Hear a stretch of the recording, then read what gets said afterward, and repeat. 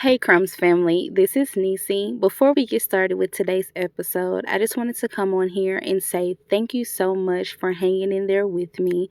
I've been on a 2 week hiatus because literally 1 hour after I wrapped this episode, I found out something that was completely devastating and shook my entire world. Don't worry, we'll talk about it next season. But I just wanted to say thank you for hanging in there with me as I had to take care of myself. But don't worry, your girl is back, and we are going to finish this first season strong. There's no way I could let September end without sharing this very special episode. I love you guys dearly. Thank you. Happy birthday to me. Happy birthday to me. Happy birthday to me. Happy birthday to me. Happy birthday. Hey everybody, hey, welcome back to another episode at Crumbs Studios. It is Shanice Parker, your host of this show. Hi everybody, I hope that you are having an amazing day, a wonderfully blessed day, just a good day. I'm having a good day. It didn't start that way, but I am now. I'm having a really good day, and I am happy to be here speaking with you all. Today is also kind of special, okay? Today is very special. When you are watching this, it will be my 30th birthday. September 13th, 1993. It will be my 30th birthday. And so, we gonna celebrate on here today, okay? I'm so happy to be with you. Yeah, I'm having a little wardrobe malfunction. It's all right though. I'm so happy to be here with you. And so in honor of my 30th birthday, I thought that today would be a really good time to just talk about the things that I've learned. These past 30 years, child. Okay? And so I was gonna do like 30 lessons for 30 or something like that, but I was that's too much.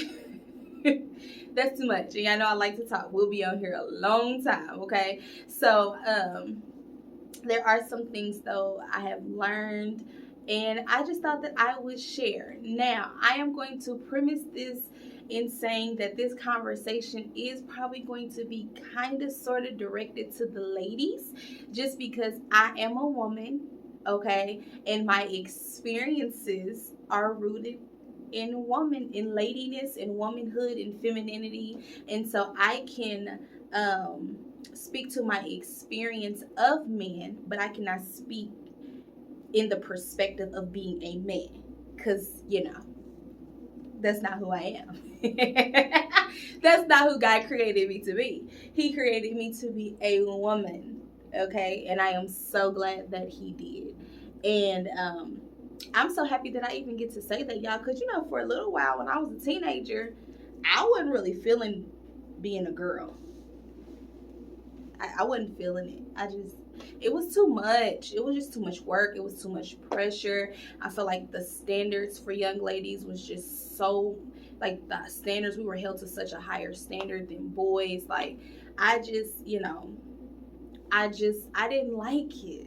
I didn't like it, and I was extremely emotional, and I could not grip my emotions.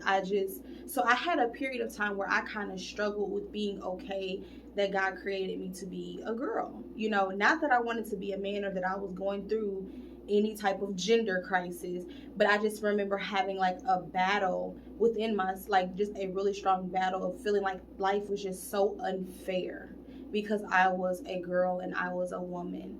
Now I still kind of believe just a little bit, just a little bit, but I do also recognize that there is a different struggle and a different battle for being a man. And so they are not one and the same, they are different.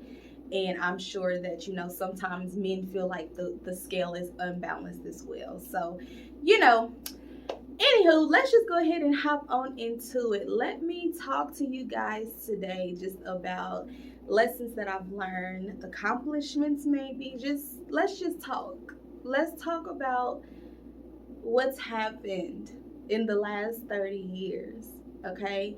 I'm probably going to cry just because um I'm a little emotional. I'm a little emotional today, and so I may cry, okay? And let you know, I may cry. Let me take a deep breath.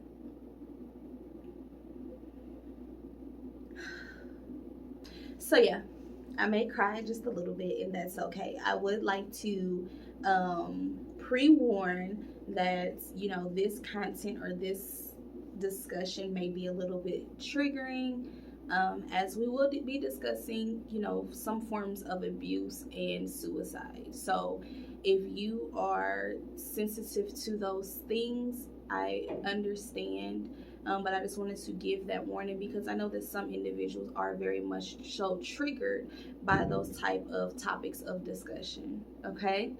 um so yeah, let's get into it. I will say, let me think about the number one thing. First of all, let me just say this. I feel like, along with everybody else in my life, it has taken me a long time to get to 30. Okay. Yes, I know it's 30 years. Like, I get it. But I promise you, going from like 16 to like 21 to like 25 to like 30 has been the longest 14 years, okay? Ever. Like, everyone keeps saying it, like, oh my God, you are finally turning 30. And I get it, just because the life that I've lived and I've experienced has been the life usually someone would experience beyond 30. So those who are in my day to day, they be like, girl, we so glad 30 is here, because it just seemed like it's taking you forever to get there, sis. And not that I'm rushing time or rushing God. I'm glad that I got to kind of, my 20s did feel very much so long. Okay, very much so long, but I'm so glad that he did everything the way that he did it. And so I would say, like, for me, this journey to getting here has not been an easy one. Getting to 30 has not been an easy journey for me. Um, Life has not necessarily been easy for me. So to see 30, I am so grateful. Lord, I ain't even got into the episode yet.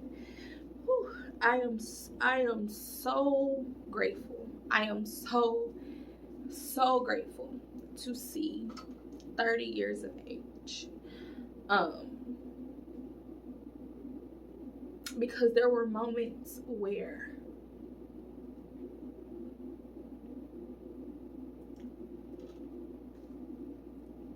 I couldn't even have imagined getting to the next day, let alone the next decade, Um, so I say that will be my number one lesson that I've learned, is that things really are temporary. Sometimes situations, life, circumstance, trials, things are so big. Like, they're so magnified that the pain is so real that it just feels like it will never go away. It will never get better. There can't be any light after this, because it just feels so dark. So dark. But I've come to learn that those moments are temporary.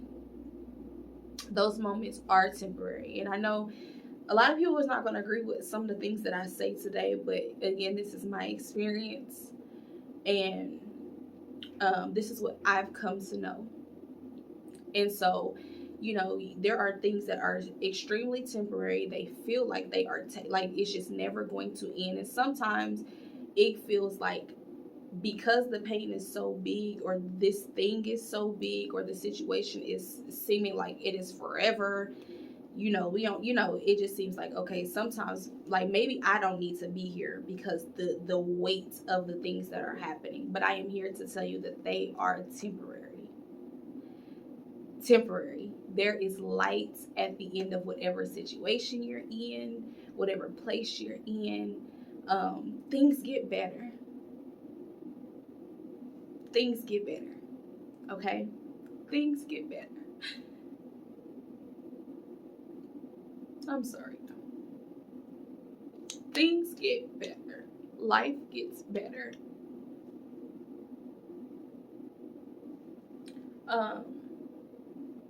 Life gets better. So if I could just start, let's see, I would say, let me do this from an angle of, if I could like talk to my younger self and my teenage self in hindsight, lessons that I've learned. Like, one of the biggest lessons that I've learned is not to like stand firm on who you are. Stand firm in who you are.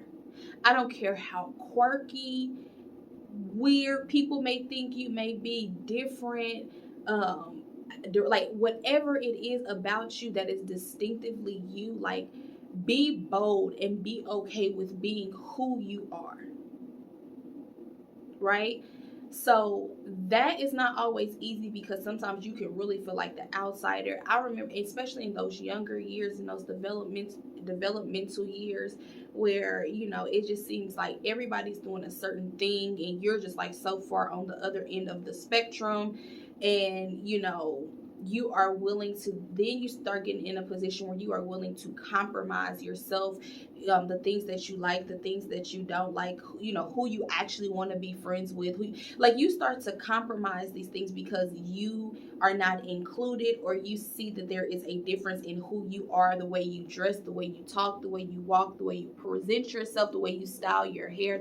There are all of these things that are so far different from everyone else.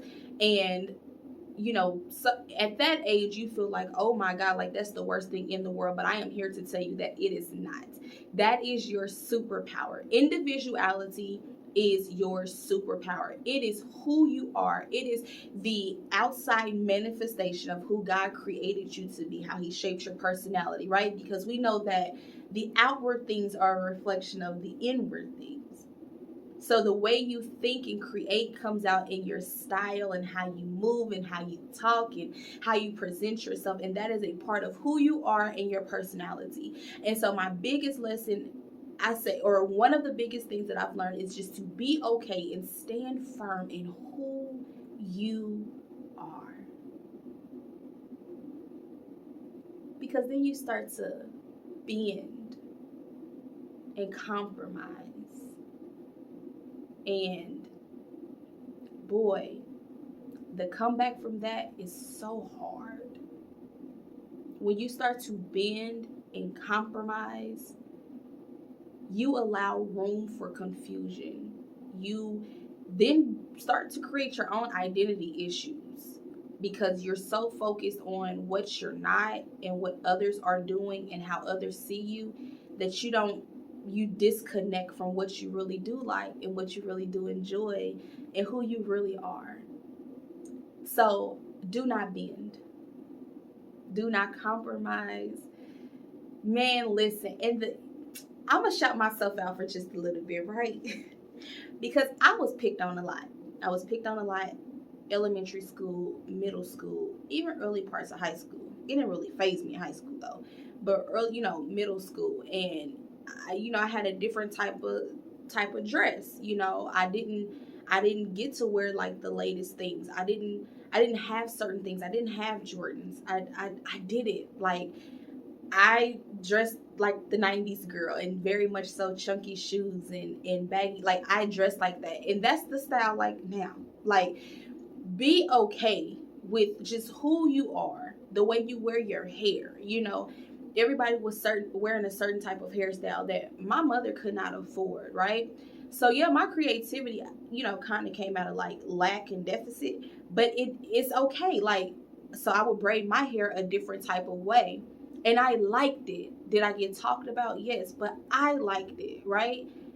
I liked it.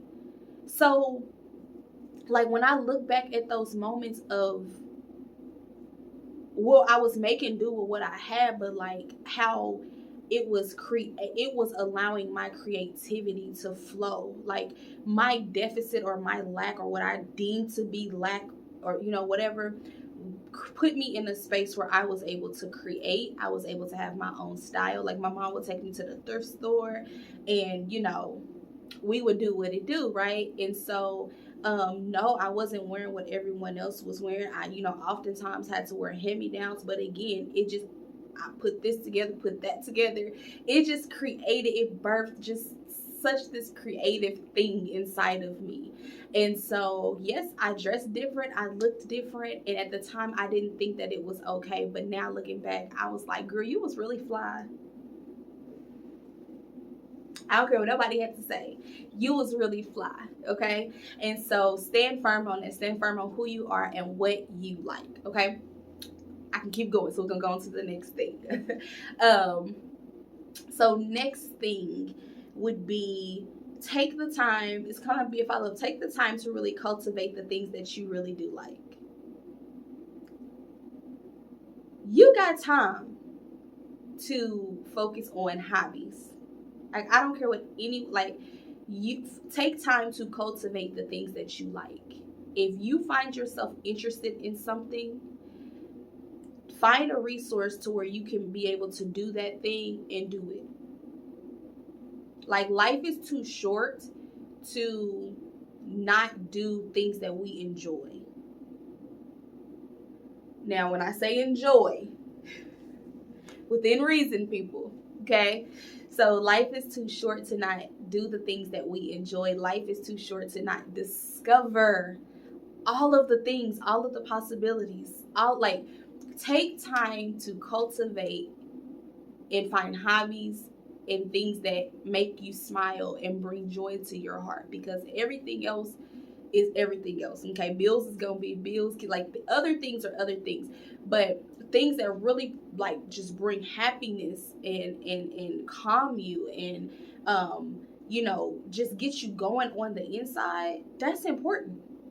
Prioritize that, right? So I discovered like 2 years ago, 3 years ago, thanks to my cousin, I discovered that I kind of enjoy hiking. Now,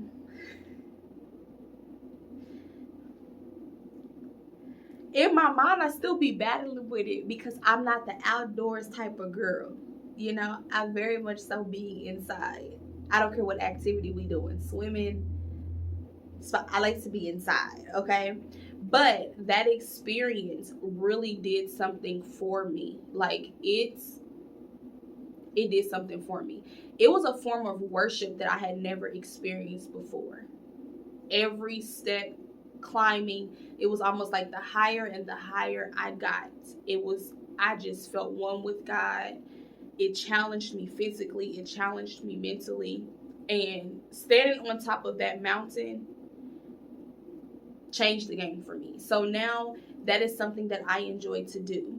I enjoy hiking. So again, but had I not ever took the time to cultivate that or even allowed her the opportunity to take me, or that, like I would have never, I would have never figured that out. Okay, so shout out to you, Azri. Thank you so much. So there are just things that I really enjoy doing. That I enjoy pottery. Another friend of mine took me to a pottery class with pottery. I absolutely love it. And so it helps me think clear. It just really it's a joy. Take the time to find the things that you enjoy. We just gonna keep it there. Okay. Next thing. We'll get a little bit deeper. Trauma doesn't just disappear. It goes somewhere. It doesn't disappear.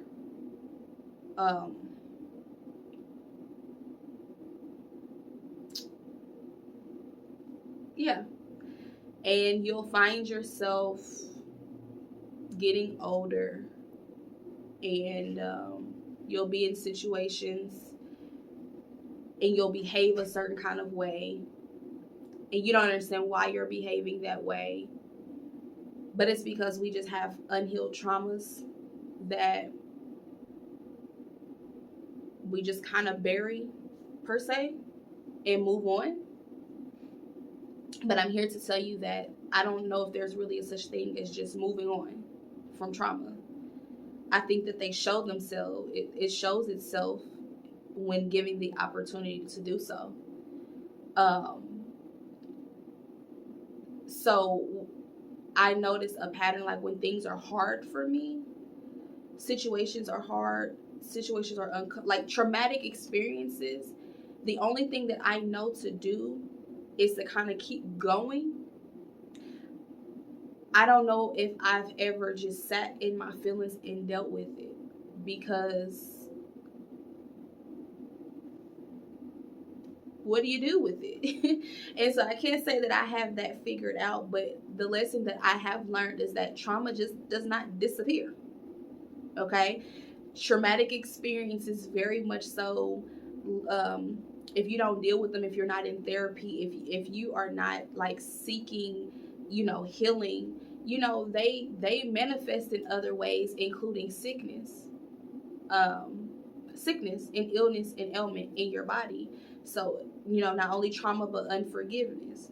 So, situations, go away and life goes on, but there are things that remain behind. And we identify that as trauma.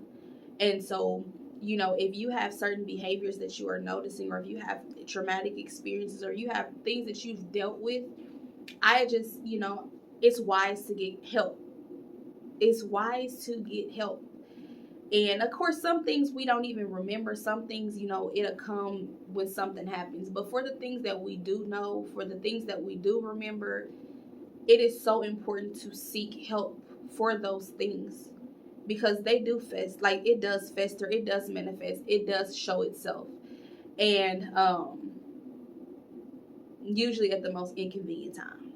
So yeah, I've learned that I can just, pick up and move on, and from things, and yep, well, I mean, it happened, what can I do about it, and I can go on to the next thing. But eventually it shows itself.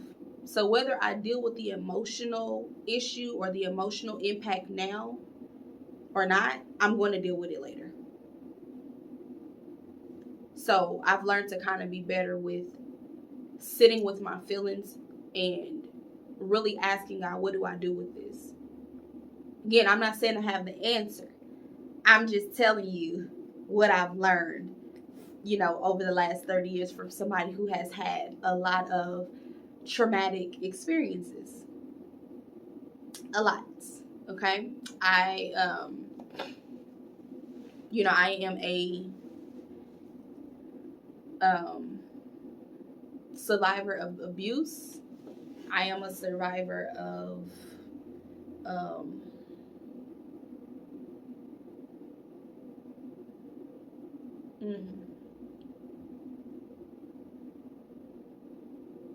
why is it so hard? Like, what's going on? I am a survivor of abuse. I am a survivor of molestation and sexual assault. I am a survivor of physical domestic abuse. I am a survivor of lots and lots and lots and lots of other things. So, again, and trauma is not always, on such that grand scale either. So, you could have things that happen to you that are very much so traumatic. And it's just important to be aware of our emotions and be okay with seeking help. And that will probably be my next point, is to seek help. Listen, let me tell you something. This life is not made for us to live alone. There is nothing wrong with needing help. Get help.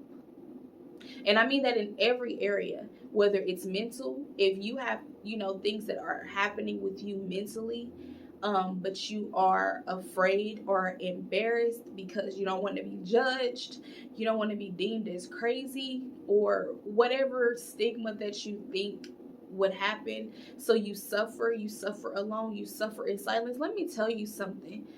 Get you some help. Like, do not be afraid, and ask God for direction. Lord, who do I call? Where do I go? You know, but don't be afraid to get you some help, because the suffering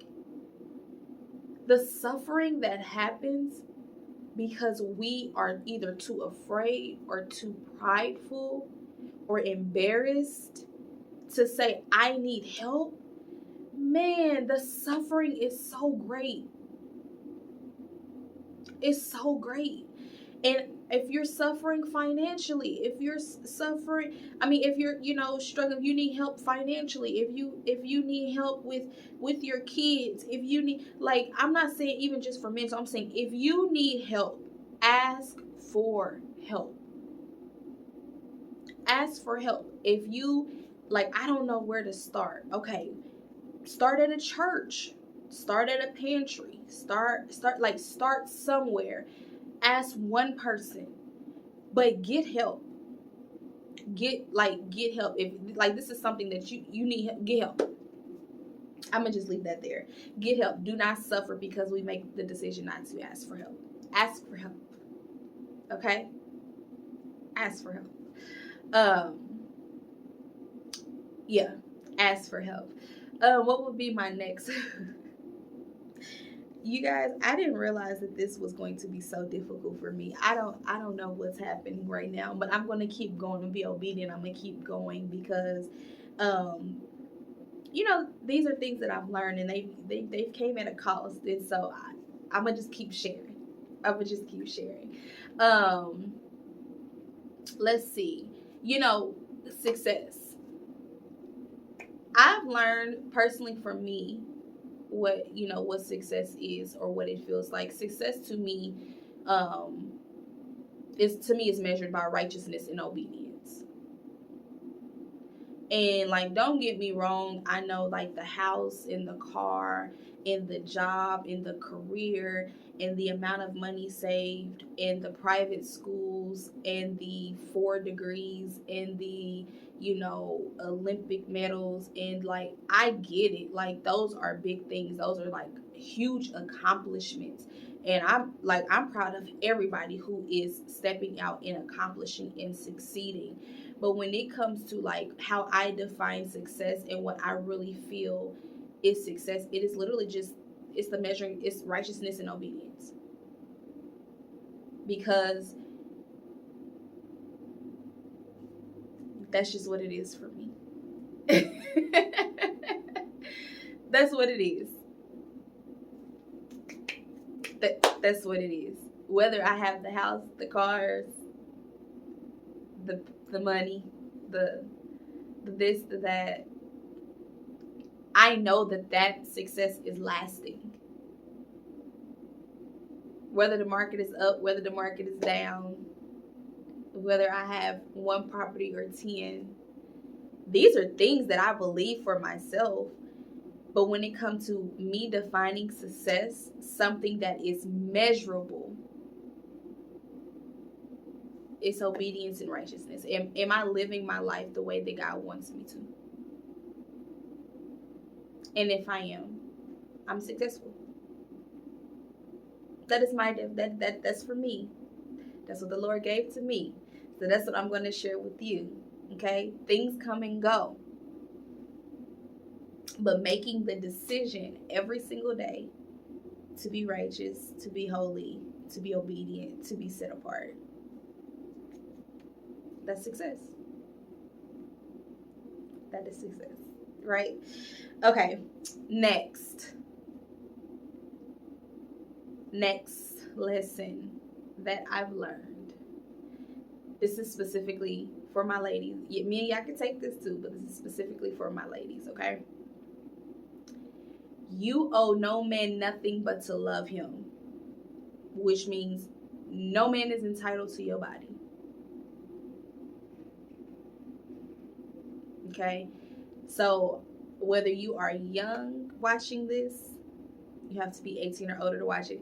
Whether you are young watching this, whether you're in your 20s, whether you're in your 30s, watching this, whatever stage that you are at, I am not speaking to my married women. We know what the word says about being married. But, I'm remembering that season where I was young, before I was married, and how I really struggled with with my own value and with my own worth. And if someone did something nice for me, I always felt like I owed them. Right? Now, yeah, I was a fatherless daughter, all of that. I understand the root. I understand where it came from. I understand all of it. But what I'm explaining to y'all is you do not owe anybody your body. Your body is the Lord's. It don't belong to no man. I don't care how nice he is. I don't care. It don't belong to no man. Your body is not a leverage tool. It is your temple. And you should honor it. And you should be very particular with who you allow to even touch your shoulder. Okay? So I just want to put that out there, that your body is literally, it is the temple. It's the temple of the Holy Spirit. It is valuable. It is precious. It is more precious than rubies and gold and everything else. It is a gift from God. It is not a bartering tool. You do not owe anybody any part of you. It is yours. Okay? And now that's all I'm going to say on that. We can find ourselves we can get into some sticky situations, and, being young, being naive, being broke, living in such a society where they tell you that, if you do this or if you do that, because you are a woman, you are entitled to men paying your bills, and you're entitled to this and you're entitled to that. And listen, no. Weaponizing your body and using your body is a no. Let's not do it. Let's not do it. Let's not do it. Next. Next. I'm gonna move on from that. But yeah, conduct yourself as the lady that you are, and be okay with that. It's not a bartering tool. It is very much so precious. Okay. That's for especially particular my young ladies. I don't care. I can go in on that. I don't care what that man got to say. You hear me? I don't care. Your body is precious, and it belongs to no one but him. And you don't owe anybody anything. And don't put yourself in positions where you feel like you owe them something. Don't do that, because you don't. Okay, so we're gonna leave that there, and we're gonna move on to the next thing.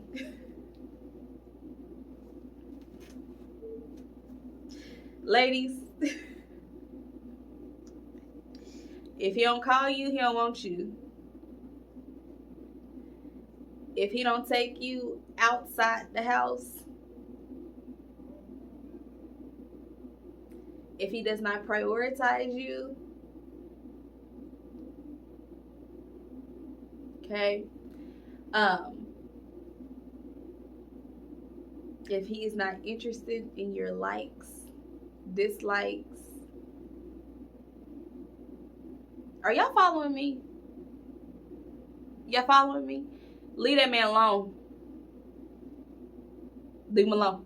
He don't want you. He may want what you offer. He may think you are great and awesome.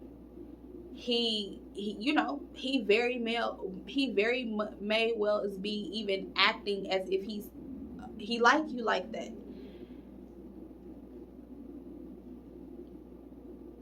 Don't be out here wasting your time. Wasting your time trying to change people, trying to accept things. If you have a standard, held true to your standard, and don't waste your time. Amen. Amen. All right. That was a huge lesson for me. A huge lesson for me. Okay. Me right here, Shanice right here, I was a fool. And I was a fool. Okay. I think everybody goes through it. Luckily, I learned it pretty young before I got married. But, I was committed to a man who was not committed to me. I was in a full blown relationship with a man who wasn't in no relationship with me. Okay? I was cooking dinner for a man who had a selection of dinners at other houses, you know. And because of his behavior, despite what he was saying, because of his behavior, I'm like, we together. We go together. We didn't. Don't be like me. Don't be no fool. What that man said is what that man said. Be open, be alert, pay attention, don't waste your time. Hold firm to your standard. Okay? And just like he need to move along, we're gonna move on to the next question. Or move on to the next lesson. Beauty is on the inside. Like, I get it, like, we're beautiful, right? Y'all are absolutely beautiful. We're beautiful. But I truly believe that the appearance of beauty on the outside is the manifestation of what is actually on the inside. And I believe that's a principle with anything. It has to start inwardly before it shows outwardly. So if you are beautiful inside, you will be beautiful, and the things around you will also be a representation of beauty. If you are mean and nasty on the inside, then even if you have beautiful features, your ugliness will show. I had a period of time, I had a really hard battle, or I had a nasty attitude. I had a really, really bad attitude. And I didn't mean to be that way. That wasn't the core of who I was. That wasn't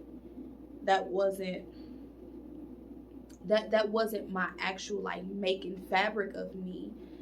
But that is what I had a really, really bad attitude. And, later as I worked through therapy, being corrected, I learned that it was a trauma response. It was my defense mechanism. It was, I'm going to get you before you get me.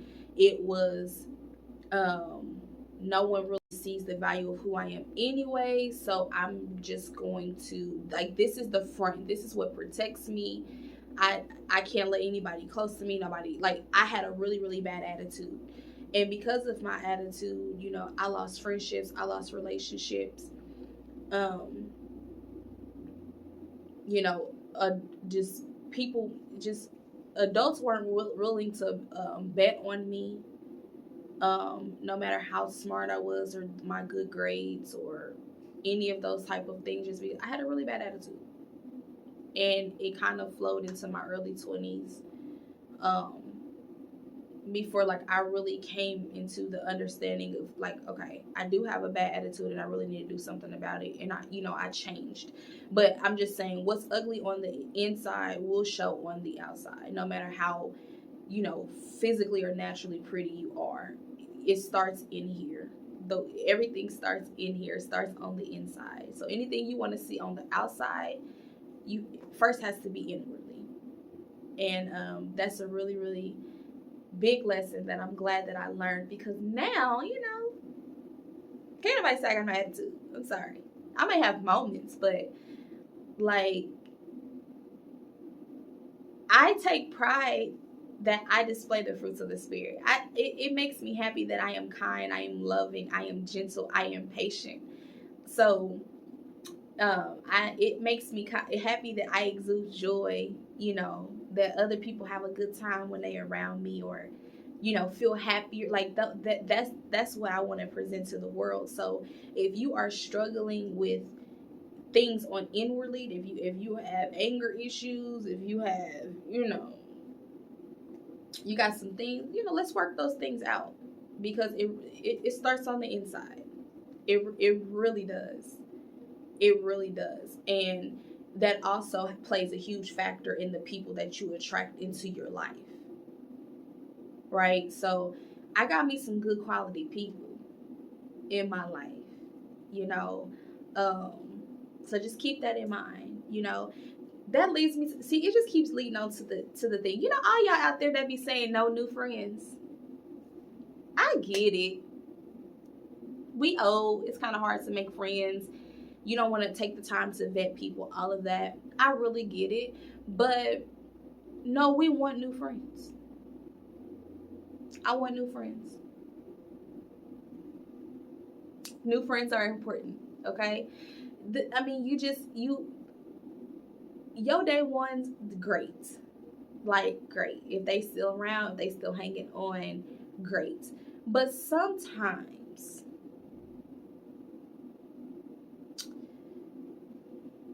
how do I say this? Sometimes they're so busy seeing you as who you were, that they can't make the space to actually receive you for who you are now.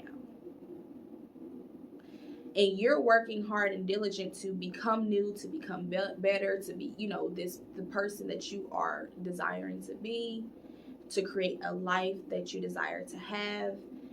And for some of us, who we used to be, like, we don't even need to bring that up. You don't need to remind me of who I used to be. Okay? You don't need to remind me of who I was. You just don't remind me. And so that part I think can be difficult. It can be difficult, but also I just believe, like, as you elevate, as you get better, as you like step into new things, if you don't make new connections with people, like, how do you progress in life? Like, what is the progression, right? So I do believe in new friends. I've had ladies come into my life the last few years that are awesome, are amazing. I've had my best of my best friends, they're not my best friends anymore.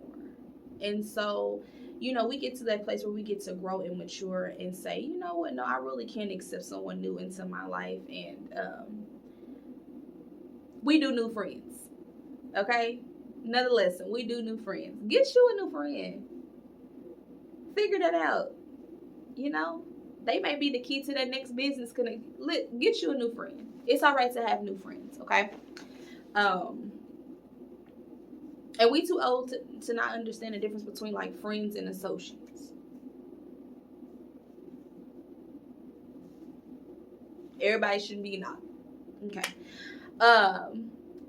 Which leads me into the next thing. Listen. Those friends the friendship breakups be hard. They be hard. I think people kind of downplay sometimes. Well, she just ain't my friend no more. Okay, well,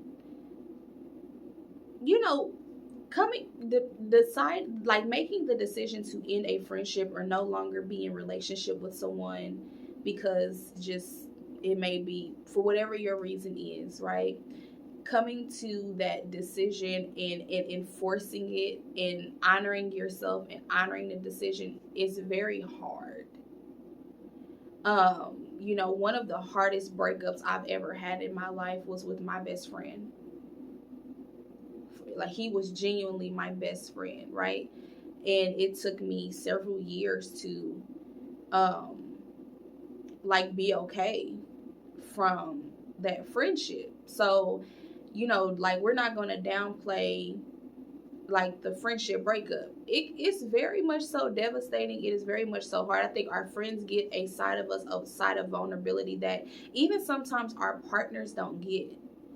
In some, raw emotions in time where, like, it can be difficult. And so I would say don't downplay, ending, dealing with the emotion of ending friendships and relationships. It is very much so a real feeling. It is very much so difficult.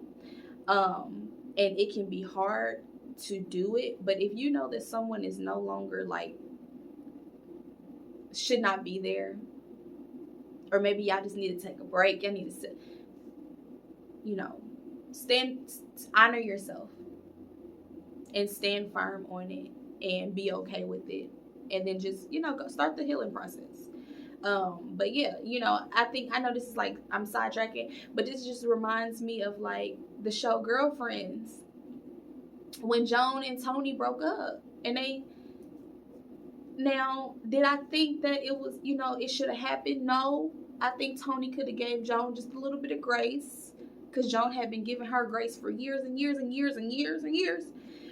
But like I remember watching that as I became an adult, and I remember watching that in Joan just completely being devastated at the end of the friendship and really truly understanding the pain. Like there is like it hurts. Ending friendships hurts. Okay, and it's okay.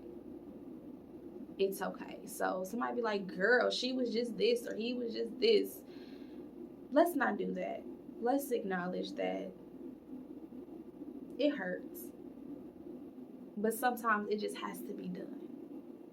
It just has to be done. Let's see. I think I might do like 2 more and then I'm going to wrap up. So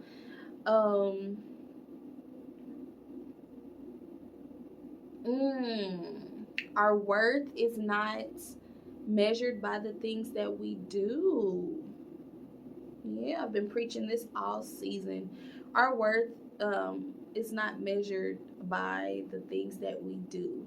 I'll even partner that with our womanhood is not defined by our abilities. Like, I get it, she's supposed to cook and she's supposed to clean and she's supposed to decorate and she's supposed to, and if she doesn't, listen, sis, just because you can't cook, just because you may not know how to fry a pork chop, that's okay. That don't make you any less of a woman than the other one. Now, are those things nice? Yeah. Yes, those are my gifts and my ability to serve those who I love. Absolutely. But it does not lessen my womanhood on the womanhood scale. Like, we're going to stop that. We're going to stop, being measured by certain abilities, because that is not what defines womanhood at all. Okay? And so your worth is not connected to any position that you hold, any things that you do. It's not connected to how well that you dress. It's not. It's not. And so, if you want to know your worth, if you want to really understand, who am I and where does my value lie, I would advise you to pick up the Holy Bible. This is a faith-based platform. And he will tell you that he made you fearfully and wonderfully made. He will say that you are the child of God. He tells you, how he created you. He birthed you. He tells you all of these things. And none of it is like measurements of title or how you dress or what you do. None of it. So just because Sister Charlene's strawberry cake tastes better than mine, don't mean that she a better woman than me. Okay? Stop it. You are a woman because God created you that way when he placed you in your mother's womb. And he assigned you okay? So take the measurements off of that, like the comparison to what other women do that you don't do, and she must be a better woman or a bigger woman, or I'm not worthy of this because let's stop. Let's stop with the comparisons, the she wear Louis Vuitton and I don't, or she wear Louis Vuitton, whatever. I can't pronounce it right. See, the Ray Robinson, I don't, and she has this and I don't. Like, yeah, she might be fly, but is she more of a woman than you, or is she more worthy than you are? Absolutely not. and you got your own level of fly, right? So just even that, like the worth, the comparison to other people, like, being measured on this stick of what is womanly, what is not womanly, it's just, let's wrap it up. You get caught into that, and you don't even get to enjoy being a woman anymore. What is feminine, what is masculine? Like, do I think that those things exist? Absolutely. Do I believe that women were created different and we were created to be feminine, soft? Yes, I do. But like the scale, the getting caught up with the social media, what is, what's not, and it's just like there are so many other things. Like there's so many other factors to that. I am more of a masculine female, but I grew up that way because I didn't have a male in the home. So sometimes, like, it's a superpower for me. We're just gonna be done with it. We're gonna be done with comparing ourselves to other people, comparing ourselves to other women. She cleaned her house 6 days a week. Well, do you have the capacity to clean your house 6 days a week? And does that make you less of a woman if you only clean them 3? Like that, we gotta get off that train, because a lot of us are like struggling with things and struggling with insecurities because we are like comparing. Like I probably think that's the biggest thing, and I'm going to leave on that is the biggest thing for me. Learning that being discontent in what you have and who you are because of what you see, because what you consume, because what the next person has. It takes up all of the space, and it doesn't leave room for gratitude. Like there's no room for gratitude for who you are, and what you do have, and where you are going, and what you do bring to the room, and what you do bring to the shoot. You are the type, like, it just doesn't, you spend so much time comparing contrast that you don't even have the room or the capacity to just be grateful for who you are. And all of us have something, like, we just be grateful for who you are. Be okay being you. If I ain't gonna take nothing else into being 30, it's going to be being okay with who I am. All of me. The good, the bad, the flawed, everything. Be okay with it.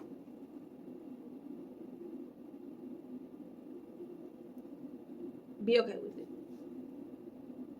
And so,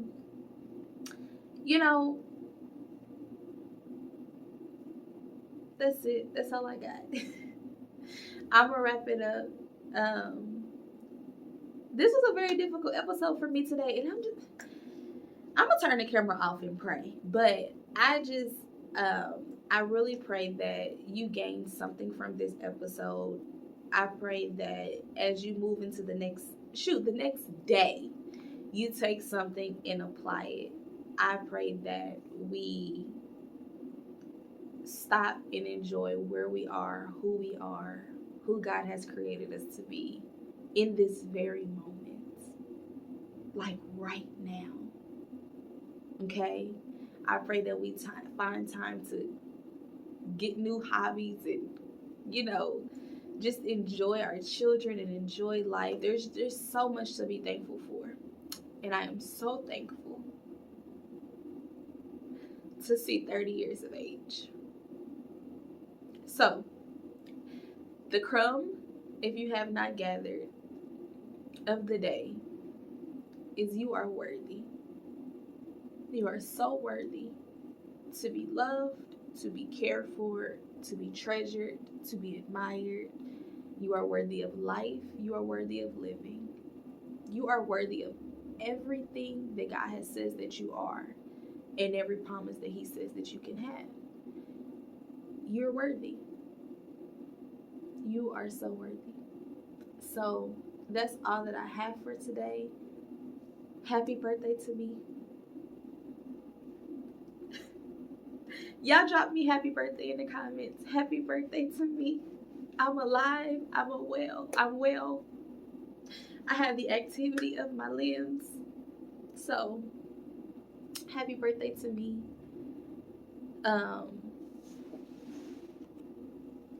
Happy birthday to me. Until next time, I'll see you guys later.